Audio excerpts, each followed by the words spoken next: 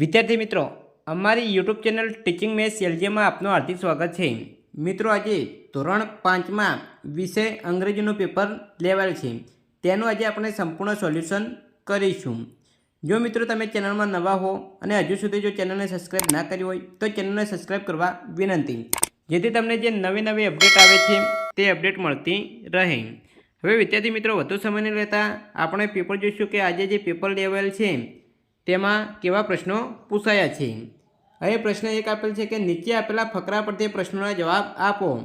અહીં એક ફકરો આપ્યો છે અને એના આધારે પ્રશ્નોના જવાબ આપવાના છે. પહેલો પ્રશ્ન આપેલો છે કે નળાબેટ ઇઝ નાઉ ફોર, એટલે કે નળાબેટમાં જોવાલાયક શું છે? તો એ જવાબ આપેલો છે કે ઇટ ઇઝ નાઉ, એટલે કે જોવાલાયક છે સીમા દર્શન પ્રોજેક્ટ, એ ફેમસ છે. આ ઉપરાંત નળેશ્વરી માતા ટેમ્પલ, ઇન્ડો પાક border and the BSF parade. જવાબ આવશે પહેલામાં. બીજા નંબરે આપેલું છે કે where is Nadabet locked, Nadabet ક્યાં આવેલું છે, એનું લોકેશન શું છે? તો જવાબ આવશે Nadabet is located, Banaskantha district, તાલુકો સુઈગામ. ત્રીજા નંબરમાં આપેલું છે કે Chamunda Mata temple is at Nadabet, true and false. Chamunda માતાનું મંદિર નળાબેટમાં આવેલું છે, આ સાચું છે કે ખોટું? તો આ વિધાન ખોટું છે, એટલે ફોલ્સ આવશે. કારણ કે અહીં નળાબેટમાં નળેશ્વરી માતાનું મંદિર આવેલું છે.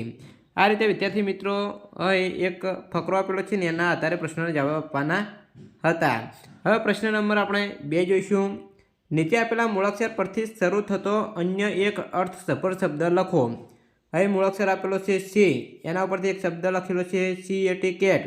હવે અહીં બીજો એક શબ્દ લખવાનો છે, તો આપણે કોઈ પણ શબ્દ લખી શકીએ. તો અહીં કાવ લખેલું છે, જે સીથી શરૂ થવો જોઈએ.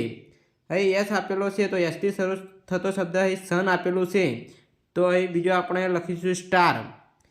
એમ તો મેન, તો મૂન, મેંગો, તમે કોઈ પણ શબ્દ લખી શકો છો. કે ઉપરથી અહીં કાઇટ લખેલું છે એક શબ્દ, તો બીજો શબ્દ આપણે લખ્યો છે કિંગ.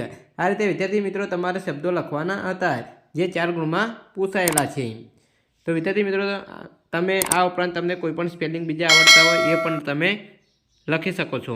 વિદ્યાર્થી મિત્રો, અહીં પ્રશ્ન નંબર 3 જોઈશું. તો આજે જે પેપર લેવલ છે તેમાં અહીં પ્રશ્ન નંબર 3માં રીતે પૂછાયેલ છે કે યોગ્ય રીતે જોડકા જોડે અને આપેલી જગ્યામાં સાચો જવાબ લખો.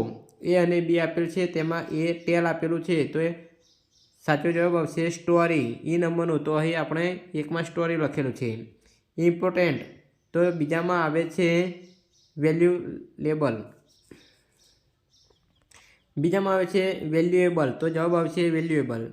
ત્રીજામાં આવે છે કિડ્સ, કિડ્સ, તો એનો જવાબ આવશે ચિલ્ડ્રન.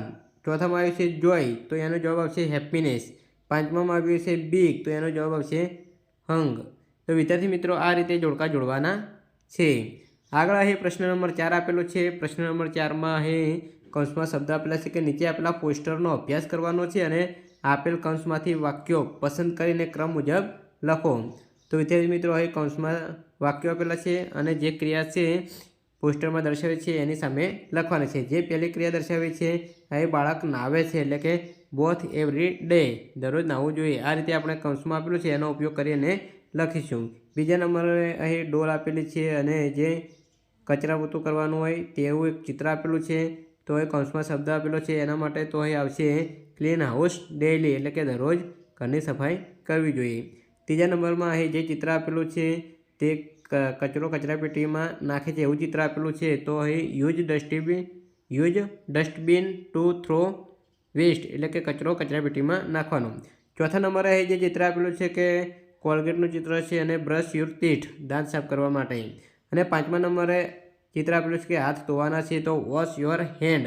તો વિદ્યાર્થી મિત્રો, આ રીતે જે ચિત્ર આપેલા હતા એની સામે કૌંસમાં જે શબ્દો આપેલા છે તેનો ઉપયોગ કરી અને ખાલી જગ્યા અહીં જે આપેલી હતી એ પૂરવાની છે. આ રીતે વિદ્યાર્થી મિત્રો પ્રશ્ન નંબર 4માં પૂછાયેલ છે. તો હવે પ્રશ્ન નંબર 5 જોઈશું. તો નીચેના વાક્યોને યોગ્ય ક્રમમાં ગોઠવી પ્રશ્નાર્થ વાક્યો બનાવો.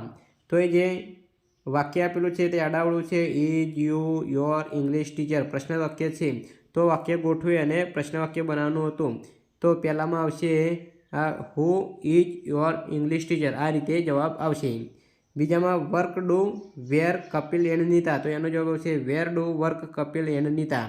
ત્રીજામાં Vedant when does come home? તો તેનો જવાબ છે when does Vedant come home?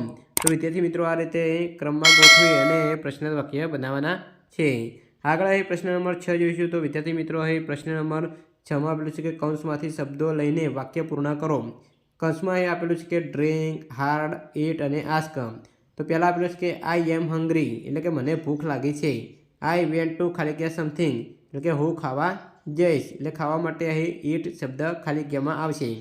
બીજા નંબર પર આપેલું છે કે આઈ એમ થર્સ્ટી મને તરસ લાગી છે. I went to some water ખાલી જગ્યા આપેલી છે તો મારે પાણી પીવા જવું છે તો ડ્રિંક આવશે. ત્રીજામાં આપેલું છે કે આઈ એમ ક્યુરિયસ. આઈ વેન્ટ ટુ ખાલી જગ્યા ક્વેશ્ચન એટલે કે પ્રશ્નનો જવાબ આપવા એટલે આસ્ક આવશે. અને ચોથામાં આપશે ઇટ ઇઝ નોટ ઇઝી તે સહેલું નથી. ઇટ ઇઝ ખાલી જગ્યા તો જવાબ આવશે હાર્ડ તે હાર્ડ છે. તો વિદ્યાર્થી મિત્રો આ રીતે કૌંસમાં આપેલા શબ્દોનો ઉપયોગ કરીને ખાલી જગ્યા પૂરવાની હતી. હવે પ્રશ્ન નંબર 7માં આપેલું છે કે કૌંસમાંથી યોગ્ય શબ્દ પસંદ કરીને સમાન પૂર્ણ કરવાનો છે. કૌંસમાં શબ્દ આપેલા છે એનો ઉપયોગ કરવાનો છે. મોન્ટુ સેડ એટલે કે મોન્ટુએ કહે ટુમોરો ઇઝ ખાલી જગ્યા આવતીકાલે રજાનો દિવસ છે એટલે હોલિડે આવશે. લેટ્સ ખાલી જગ્યા ટુ પિકનિક એટલે કે આપણે ફરવા જવાનો પ્લાન બનાવીએ તો ખાલી જગ્યામાં આવશે plan. Hemu said but Hemu કહે પરંતુ વોટ શેલ વી ડુ આપણે ક્યાં જઈશું શું કરીશું એટલે વોટ આવશે. Payal said we shall go to Deval's farm ખાલી જગ્યામાં શું આવશે ગો એટલે કે જાઓ આપણે દેવલના ફાર્મ ખેતરે જઈશું અને ત્યાં કેરીઓ ખાઈને એન્જોય કરીશું એટલે ખાલી જગ્યામાં આવશે એન્જોય. તો વિદ્યાર્થી મિત્રો આ રીતે કૌંસમાં આપેલા શબ્દોનો ઉપયોગ કરી અને સંવાદ પૂર્ણ કરવાનો છે. હવે છેલ્લો પ્રશ્ન નંબર 8 આપેલો છે તેમાં અહીં ચિત્ર આપેલું છે. ચિત્ર જોઈ અને 5-6 વાક્યો બનાવવાના છે. તો વિદ્યાર્થી મિત્રો તમે ચિત્ર જોઈ અને 5-6 વાક્ય જાતે બનાવી શકશો. તો વિદ્યાર્થી મિત્રો આ રીતે આજે જે પેપર લેવાયેલું છે તેનું સંપૂર્ણ સોલ્યુશન પૂરું થાય છે. જો વિદ્યાર્થી મિત્રો વિડીયો સારો લાગ્યો હોય તો લાઇક કરો, શેર કરો અને સબસ્ક્રાઈબ કરો. આ ઉપરાંત ધોરણ 5ના જે અન્ય વિષયના પેપરો લેવાયેલ છે તે તમામના સોલ્યુશન અહીં ચેનલમાં મૂકેલા છે તે તમે જોઈ શકો છો. Thank you.